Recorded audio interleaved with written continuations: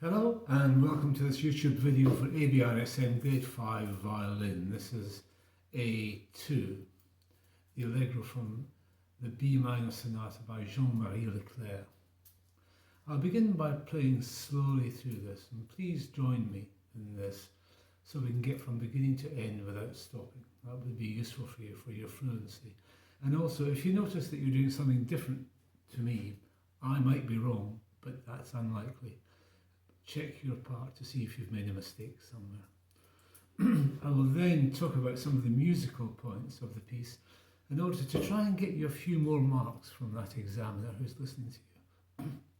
And then I'll do a performance with the piano. So I'll begin by playing slowly through the piece. It's in 3 time with a little upbeat into the first bar. So I'll count 3 and then we'll begin. 1, 2, 3.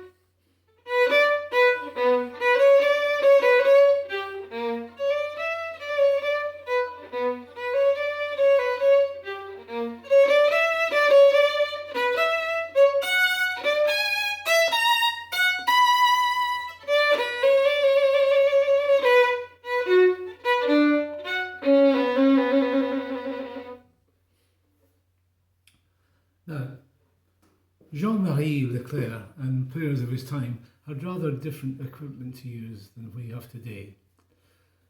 The violin, the fingerboard would have been slightly shorter and the neck would have been shorter as well, and it would have made a slightly more nasal sound and not as powerful.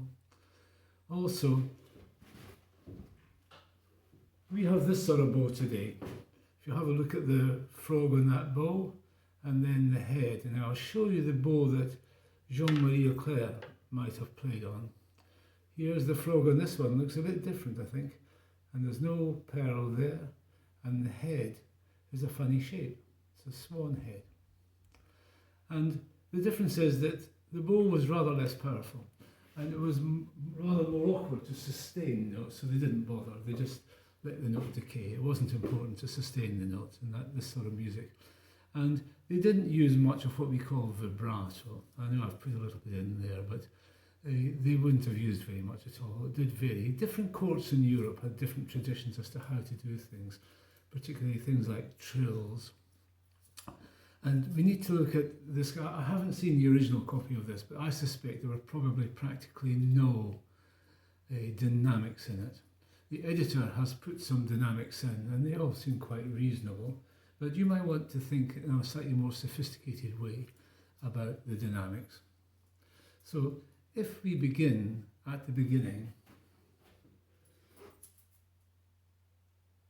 we can see that in the first bar, the first three notes are moving by leap. They're not next door to each other, they're quite a long way from each other, and those would normally have been played short.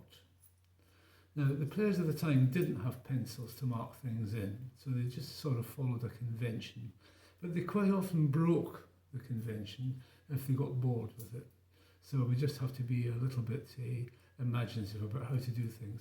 The second half of the bar number 1, the notes are moving by step, and they would have, generally speaking, played those a little bit longer, although using this type of bow meant that to get a true legato wasn't that easy, and they'd probably allow some articulation between the notes.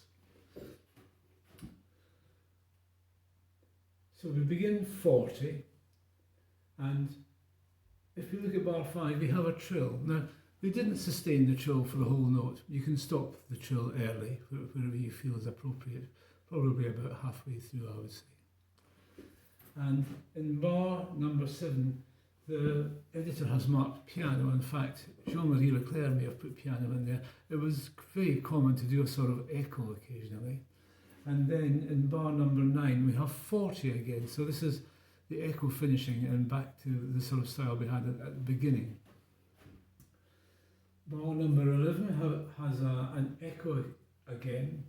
And these pianos try and retain the vitality, don't relax too much. They need to, Baroque music needs to have vitality a lot of the time. Bar number 13, we have a crescendo, building to a climax in bar 16, the beginning of the bar, and that seems reasonable. In general, as the pitch of the notes goes up, the players of the time would have got louder, and as the pitch of the notes goes down, they would have relaxed a bit. And that's quite a good rule of thumb to follow to organise your phrasing for the piece. Although you can quite often do it the other way around too, and that's equally interesting.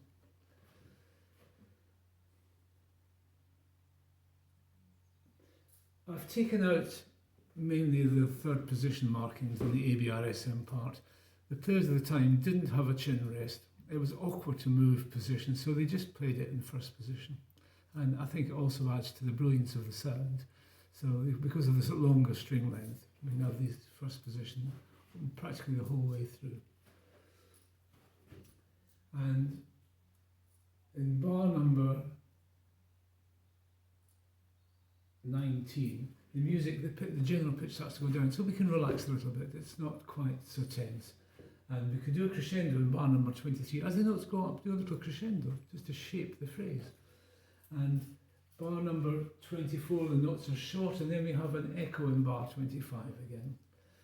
Bar 28 has a crescendo going into it, and we've arrived in a lovely F-sharp minor key, and we could enjoy that, this little bit of colourful harmony here. Back to B minor in bar 30.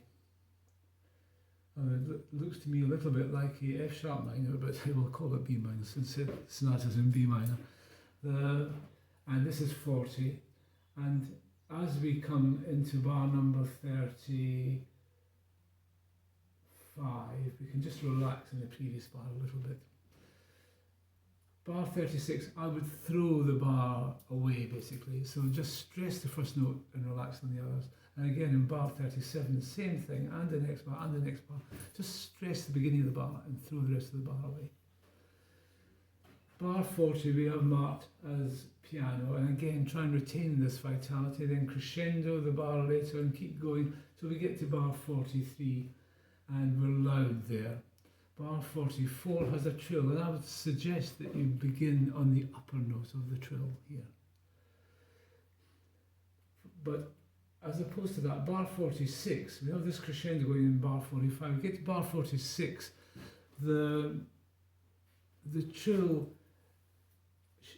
won't really start on the upper note, I wouldn't think, because most of the manuals of the day suggested if the previous note is the note above, you should start before, you should start from the note below, which gives a little bit of a decoration to the trill. So I would start that trill on an E and then play F sharp and G for the trill. It's a little bit more stylish. Crescendo in bar 47. And bar 48 I've adjusted the bowing so that the first beat of the bars works out as a down bow. And the players of the time had the rule of the down bow, which was that the down beat was a down bow generally, but it was broken, particularly in 3 time when you couldn't always work it out that way. And because it's awkward, I would, in bar number 56, start the trill on the note. It just makes it simpler. And the Baroque police aren't coming to your exam, so no one will know, apart from the examiner. Bar 50 again is the same as the beginning, very similar. And then, if you can, the crescendo going from bar 61 into bar 62, the top note, the B, if you can get to the heel of the bow for that, that would be really good. It's a little bit awkward technically, but if you can get to the heel, that would be a nice, brilliant sound. And then the penultimate bar, second last bar, down, up, down, up, down, up, is a nice change from all the hooked bowing. I think it's unlikely that Jean-Marie Leclerc, for instance, in bar 3, the complete bars, would have done down, down, up, up, down, down. He probably would have done down, up, down, up, down, up. But that's a bit awkward for an inexperienced player. So the editor probably quite correctly has made it down, down, up, up, down, down. So here's a performance with the piano.